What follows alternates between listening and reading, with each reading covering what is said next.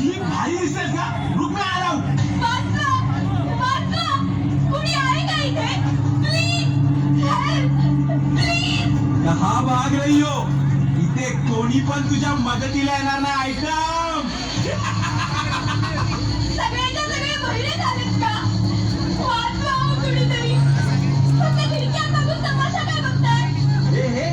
हे खिडकीतून वाकून बघणारे जर तुला वाचवायला आले असते ना तर ह्या देशात कधी बलात्कारच झाले नसते. तुझा हात माझ्या अंगाला लागण्यापेक्षा मी जीव देईन.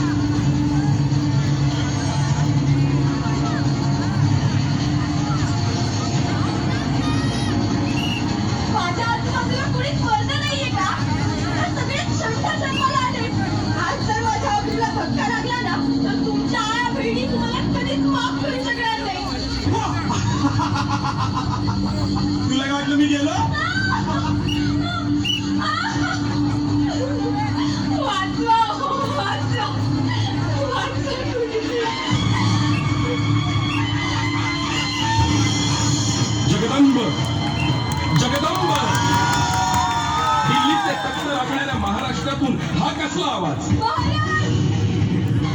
आज जर तुम्ही माझी अब्रू वाचवायला आले नसतात ना तर माझं काही खरं नव्हतं.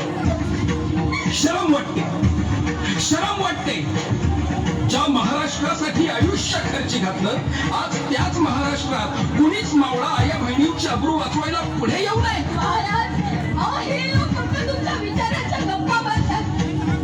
म्हणूनच आता तुमच्याकडून अपेक्षा आहे. वाचवा माझी अब्रू.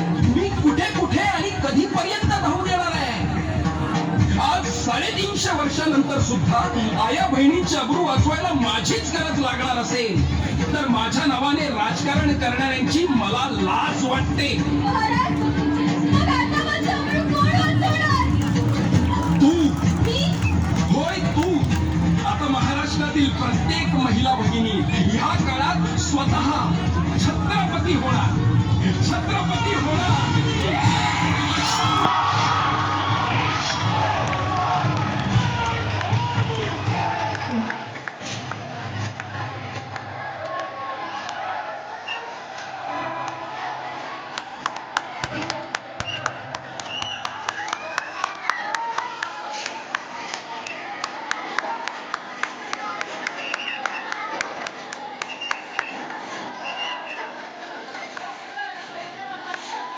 सावकाश